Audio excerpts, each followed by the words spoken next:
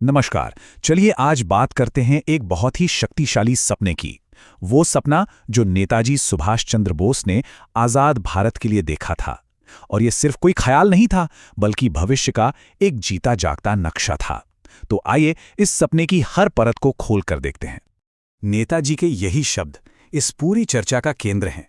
सोचिए जरा, एक ऐसा उपहार जो कोई चीज नहीं बल्कि एक पूरे राष्ट्र की कल्पना है। ये वो मशाल थी जिसे उन्होंने आने वाली पीढ़ियों, खासकर देश के नौजवानों के हाथों में सौंपा था। तो आज हम कहां से कहां तक जाएंगे? हम नेताजी के इस सपने की बुनियाद से शुरू करेंगे। फिर देखेंगे कि एक आज़ाद समाज और उसमें महिलाओं के अधिकारों पर उनके क्या विचार थे। इसके बाद हम श्रम और शिक्षा पर उनकी सोच को समझेंगे और जानेंगे कि कैसे उन्होंने इस पूरे सपने को युवाओं के लिए एक तोहफा बना दिया। और आखिर में हम बात करेंगे कि इस विरासत के मायने क्या हैं। तो सवाल उठता है कि यह सपना पहली बार दुनिया के सामने कब आया। इसकी एक तरह से औपचारिक शुरुआत हुई 29 दिसंबर 1929 को, जगह थी मेदिनीपुर, जहां नेताजी ने युवाओं को संबोधित किया। और ये कोई आम भाषण नहीं था, ये तो भविष्य के भारत के लिए एक बुलंद आवाज थी। देखिए, नेताजी के लिए स्वप्न शब्द का मतलब समझना बहुत जरूरी है।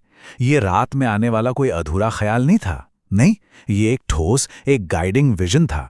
यही उनकी ताकत का सोर्स था, देश का ब्लूप्रिंट था और उनके हर काम के पीछे की असली प्रेरणा थी। तो इस जबरदस्त सपने का पहला स्तंभ, पहला पिलर क्या था? वो थी एक स्वाधीन समाज की कल्पना। पर नेताजी की नजरों में यह समाज असल में दिखता कैसा था? उनके हिसाब से स्वाधीनता का मतलब सिर्फ अंग्रेजों से आजादी नहीं था। नहीं, ये एक ऐसा समाज था जहां जाति पाति के भेदभाव की कोई जगह ना हो, जहां लोग हर तरह के सामाजिक दबाव से आजाद महसूस करें और हां, देश किसी भी बाहरी असर से पूरी तरह मुक्त हो। और सबसे जरूरी बात, ये एक ऐसा राष्ट्र होगा जो अपने लोगों की हर जरूरत, हर कमी को पूरा करेगा। अब आते हैं नेताजी के सपने के अगले हिस्से पर, जो उस जमाने के हिसाब से बहुत ही क्रांतिकारी था। महिलाओं की आजादी और उनके अधिकार। उनके भारत में महिलाओं की जगह साइड में नहीं, बल्कि बिल्कुल सेंटर में थी। उन्होंने एक ऐसे भारत की कल्पना की थी जहां महिलाओं को पुरुषों के बराबर अधिकार और सम्मान मिले। वो सिर्फ घर की चारदीवारी तक ही ना रहें, बल्कि देश और समाज की सेवा में बराबर की हिस्सेदार बने।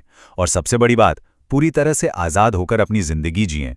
देखिए, किसी भी देश की नींव उसकी सामाजिक और आर्थिक सोच पर ही टिकी होती है ना? नेताजी के सपने में मेहनत, पढ़ाई लिखाई और आगे बढ़ने के मौकों को सबसे ऊपर रखा गया था। नेताजी के आदर्श समाज में कुछ चीजों की बहुत इज्जत थी और कुछ चीजों के लिए कोई जगह ही नहीं थी। एक तरफ मेहनत और काम का सम्मान था, जहां हर इंसान को तरक्की करने का बराबर मौका मिलता, और दूसरी तरफ आलस, कामचोरी और अमीर गरीब के बीच की खाई को पूरी तरह से नकार दिया गया था। चलिए अब उस भाषण के सबसे भावुक, सबसे इमोशनल पल की ओर बढ़ते हैं, जहां नेताजी सीधे सीधे वहां मौजूद नौजवानों से बात करते हैं। यही उनके संदेश का दिल है। उन्होंने बहुत ही विनम्रता से अपनी बात शुरू की। जरा सोचिए, एक इतना बड़ा लीडर देश के युवाओं से कह रहा है कि मेरे पास तुम्हें देने के लिए कुछ भी नहीं है।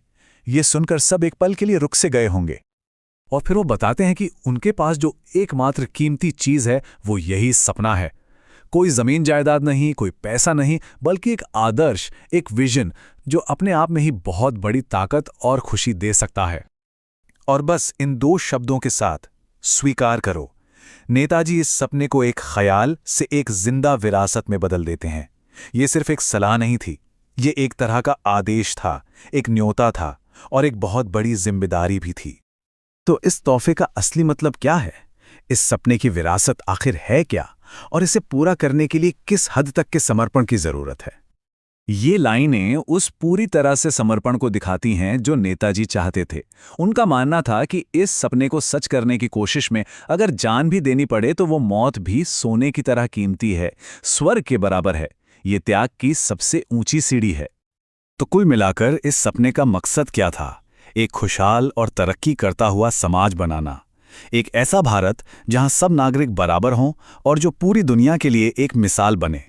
और ये एक ऐसा सपना था जो इसे अपनाने वालों को सिर्फ जिम्मेदारी नहीं, बल्कि बेहिसाब ताकत और खुशी भी देता। और हम इस चर्चा को इसी सवाल पर छोड़ते हैं।